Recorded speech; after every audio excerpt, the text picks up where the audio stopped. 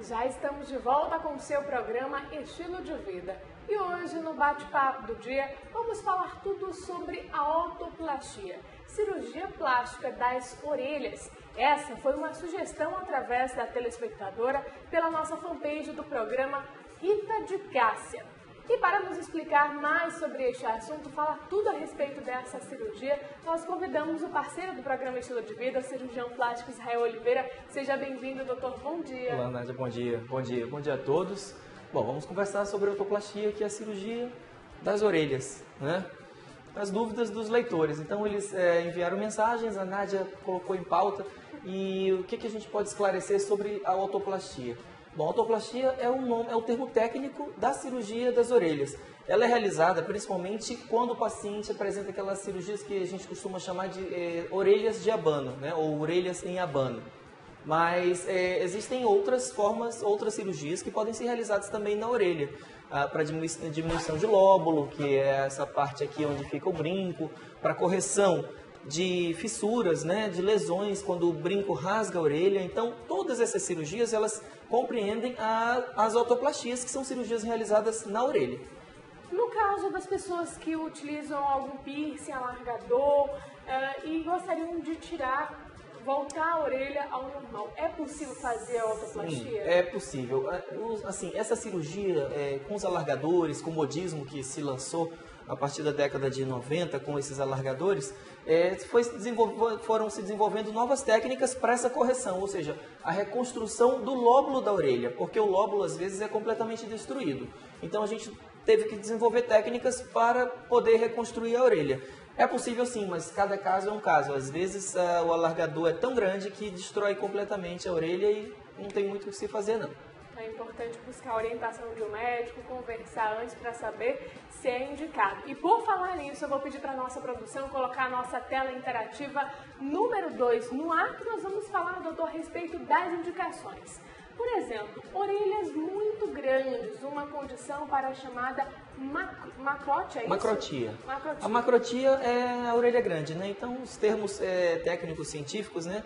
Então, macro já é grande, né? Então, ótis de orelha, macrotia. Bom, existem cirurgias realmente que podem diminuir o tamanho das orelhas, né? São cirurgias mais complexas, mas principalmente que eu compreendo a otoplastia é realmente a cirurgia quando as orelhas estão salientes, né? Que chamam aqui orelhas salientes, que ocorrem em ambos os lados ou às vezes unilateralmente, só de um lado. Às vezes o paciente tem uma orelha de abano, uma orelha em abano, somente de um lado e quer corrigir. Isso daí é bastante frequente. Nosso segundo tópico fala sobre as orelhas salientes, que ocorrem em ambos os lados, em diferentes graus também, não associados à perda auditiva e insatisfação do adulto com a cirurgia prévia da orelha. É muito importante lembrar que a otoplastia ela é uma cirurgia realmente estética, ela não é funcional. Os pacientes que têm alteração de orelhas de abano não têm alteração na audição. Mas é uma questão estética, né? As mulheres, elas têm a facilidade de ter o cabelo grande e poder cobrir as orelhas com o cabelo, prender com o cabelo. Já os homens não. Então, eles acabam se tornando os clientes mais comuns, mais frequentes das cirurgias de otoplastia no consultório. Por quê? Porque usam cabelo curto ou porque não tem cabelo, no meu caso. Então, realmente não tem como esconder. Tem que fazer a cirurgia. É bastante comum. Agora, doutor, existe uma idade mínima para fazer essa cirurgia, para passar por esse procedimento? Bom, existem idades ideais. Quando a gente percebe que uma criança tem orelha de abano, se você perceber que seu filho tem orelha de abano, você tem que estar consciente que no momento que ele vai entrar na escola, no período escolar, esse período antes de entrar na escola é um período ideal para se fazer a cirurgia. Por quê? Porque isso daí vai evitar que ele sofra constrangimentos, perseguição, o bullying, né, nas escolas. E isso daí ajuda no desenvolvimento da criança, porque se ele não tem, se ele tem um ambiente saudável, sem perseguição, sem brincadeiras, que criança realmente é muito sincera e acaba sendo muito cruel. E no primário, na alfabetização, no prézinho, acabam ocorrendo essas brincadeiras e a criança muitas vezes tem uma alteração psicológica, acaba tendo ficando retraída e atrapalhando os estudos. Então, esse período de 5 a 6 anos é o ideal para esse período, para essa condição psicológica. Mas a otoplastia ela pode ser realizada em qualquer época da vida. Eu já realizei a otoplastia em um senhor de 65 anos. Todo mundo questionou, mas por que depois de tanto tempo? Ele disse, não, é porque eu sempre quis. Agora eu posso, agora eu vou fazer. Agora ele conseguiu realizar esse sonho realmente. Agora, doutor, como é que é feita essa cirurgia? Qual a técnica utilizada? Nós falamos em 2 tipos. Aquela que diminui o tamanho da orelha, mas aquela que faz pequenos ajustes, ou até mesmo, no caso da orelha de abano, é só um tipo de procedimento, né? Bom, existem 200 técnicas aproximadamente de otoplastia. Então, a orelha é muito complexa, né? Você vê que a anatomia dela ela é bastante complexa. São várias estruturas e essas estruturas a gente muitas vezes tem alterações na formação do polo superior, da antélice, hélice, antélice, do lóbulo da orelha. Então, dependendo da alteração que o paciente tenha, a gente vai proceder de alguma forma, com alguma técnica.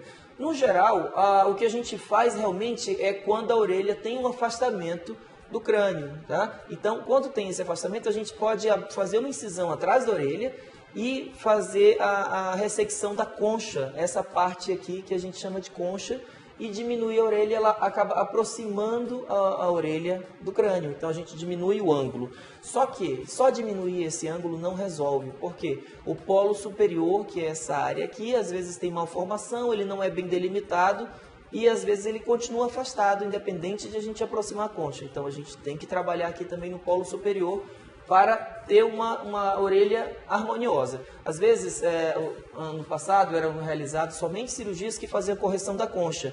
E aí chamavam o tipo de orelha, uma complicação cirúrgica que dizia orelha do tipo orelhão, né? Telefone público, que fica aqui apertado no meio, aproximado, e o polo superior e o polo inferior ficavam afastados. E aí costumavam chamar de orelhão e muitas vezes tinha que fazer uma otoplastia secundária, voltar com o cirurgião plástico para corrigir. Hoje a gente já conseguiu uma inovação, uma evolução bem mais rápida de várias técnicas de cirurgia, independente da parte do corpo. Sim. Agora eu vou pedir para a nossa produção colocar a nossa tela interativa número 3, lá que a gente até falou um pouquinho a respeito deste assunto, sobre as correções. Então é possível corrigir as deformidades, como forma, tamanho, angulação, no caso do abano. Corrigir orelhas mal formadas de nascença é possível também, doutor? Claro, é possível, né? Toda a maioria das formações, 90%, 95% desses pacientes que nos procuram em consultórios, ele tem essas malformações de nascença. É muito importante alertar as mamães, você que está grávida, que existe uma possibilidade não cirúrgica, o seu filho não precisa se submeter à cirurgia. Quando o seu filho nasce, durante 3 dias ele ainda está sob o efeito dos hormônios maternos. E nesse momento as cartilagens do corpo elas podem ser modificadas. Como? Elas podem ser moldadas. Então, hoje em dia existem próteses de silicone e adesivos que a gente pode colocar na orelha do neném nos 3 primeiros dias. Somente 3 primeiros dias. E aí a gente pode colocar e a gente pode corrigir e modificar alguma coisa nesses 3 primeiros dias. É uma tentativa que você pode ter, se seu filhinho nasceu hoje, você pode conversar com um cirurgião plástico ou conversar com um cirurgião, alguma coisa que possa fazer para aproximar a orelhinha e modificar a forma. Isso daí é possível. Uma novidade aqui no Estilo de Vida. Agora falando a respeito dos traumas, doutor, é possível corrigir também nessa questão? Houve um acidente de bicicleta, um acidente de carro, é possível corrigir essas deformidades? É possível. Os acidentes, os traumatismos em que a orelha é avulsionada, ela é arrancada, né? Às vezes por mordedura também, né? Mordedura de cão, mordedura humana, é possível. Nós podemos utilizar a cartilagem dos arcos costais para a gente moldar um novo formato de orelha e utilizar a pele, às vezes aqui com rotação de retalhos, para fazer essa reconstrução. É possível. Não fica uma orelha tão bonita como Deus criou, mas a gente consegue pelo menos tirar aquele estigma do paciente sem orelha. Então tem um resultado bem satisfatório. Os pacientes ficam bem satisfeitos. Nós vamos para um breve intervalo, mas daqui a pouquinho a gente volta falando sobre o tipo de anestesia para crianças e adultos. Você de casa, não saia daí. Aproveite esse momento para interagir com a nossa produção e mandar a sua pergunta ao vivo. Consulta do Estilo de Vida para o número 92, código de Manaus, 981114512. O intervalo é rapidinho e a gente já volta. Até lá!